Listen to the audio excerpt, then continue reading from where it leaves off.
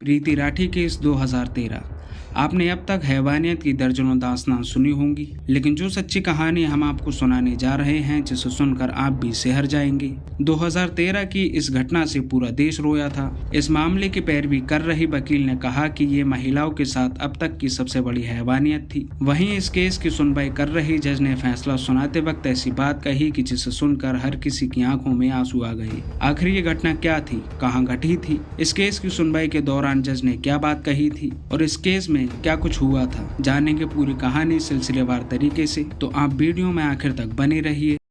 प्रीति राठी, जिसकी उम्र लगभग 23 से 24 साल होगी, दिल्ली के रहने वाली एक साधारण लेकिन संस्कारी परिवार की बेटी थी। पढ़ाई में होशियार थी, उसने नर्सिंग की पढ़ाई की थी और उसका सपना था देश की सेवा करना, लोगों की जान बचाना। एक दिन उसकी मेहनत रंग लाई। उसे भारतीय नौसेना के अस्पताल अश्विनी चिकित्सालय, जो मुंबई में स्थित है, वहां नौकरी लगी। ये नौकरी सिर्फ एक जॉब नहीं थी, ये उसके लिए गर्व था, सम्मान था और एक नई जिंदगी की शुरुआत थी। पूरा परिवार बहुत खुश था। माँ ने पूजा की, पिता ने रिश्तेदारों को मिठाई बांटी और प्रीति खुद अपने सपनों के साथ मुंबई के लिए निकल पड़ी। उसे क्या पता था कि जिस शहर को वह सपनों का शहर समझ रही है, वही शहर उसकी मौत का कारण बन जाएगा। 2 मई 2013 की सुबह दिल्ली से गरीब रथ एक्सप्रेस मुंबई पहुंची। ट्रेन बांद्रा टर्मिनल पर रुकी। प्रीति अपने माता पिता और कुछ रिश्तेदारों के साथ ट्रेन से उतरी। चारों तरफ लोगों की भीड़, कुली, टैक्सी वाले, चाय पानी वाले की आवाजें। स्टेशन पर पूरा माहौल बना हुआ था, लेकिन इसी भीड़ में एक शख्स खड़ा था जिसकी नजर सिर्फ एक इंसान पर थी।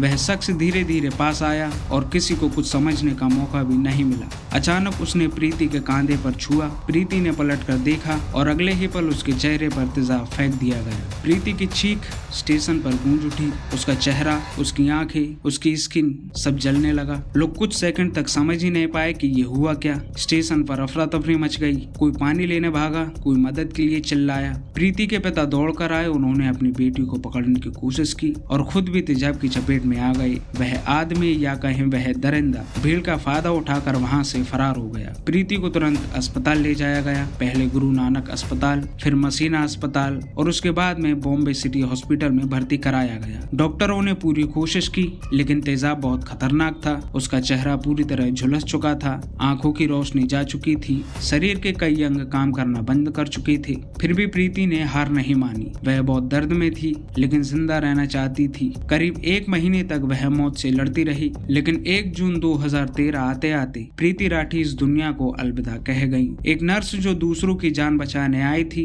लेकिन खुद को ही नहीं बचा पाई। प्रीति की मौत ने पूरे देश को हिलाकर रख दिया। लोगों के सवाल थे, स्टेशन जैसे सुरक्षित इलाके में ऐसा कैसे हो सकता है? तेजाब इतनी आसानी से कैसे मिल गया? महिलाओं की सुरक्षा कहाँ है? मीडिया में हंगामा मच गया और सोशल मीडिया पर लोगों का गुस्सा फूट पड़ा। लेकिन सबसे बड़ा सवाल था कि आखिर आरोपी कौन था? मुंबई पुलिस ने जांच शुरू की। शुरुआत में एक गलत व्यक्ति को पकड़ा गया, लेकिन सबूत न मिलने पर उसे छोड़ना पड़ा। फिर सीबीआई ने इस केस को अपने हाथ में लिया। सीसीटीवी फुटेज, गवाहों के बयान, ट्रेन की टिकट लिस्ट, एक एक कड़ी जोड़ी गई। आखिरकार पुलिस एक नाम तक पहुंची, अंकुर नारायण लाल पवार। अंकुर पवार प्रीति का पड़ोसी था। वह प्रीति से एक तरफा प्यार करता था, लेकिन प्रीति ने उसे कभी स्वीकार नहीं किया। इसी बात से अंकुर पवार का दिल टूट गया। उसके अहंकार को चोट पहुंची। उसने सोचा, अगर प्रीति मेरी नहीं हो सकती तो किसी की नहीं होगी, और उसने तेजाब को हथियार बना लिया।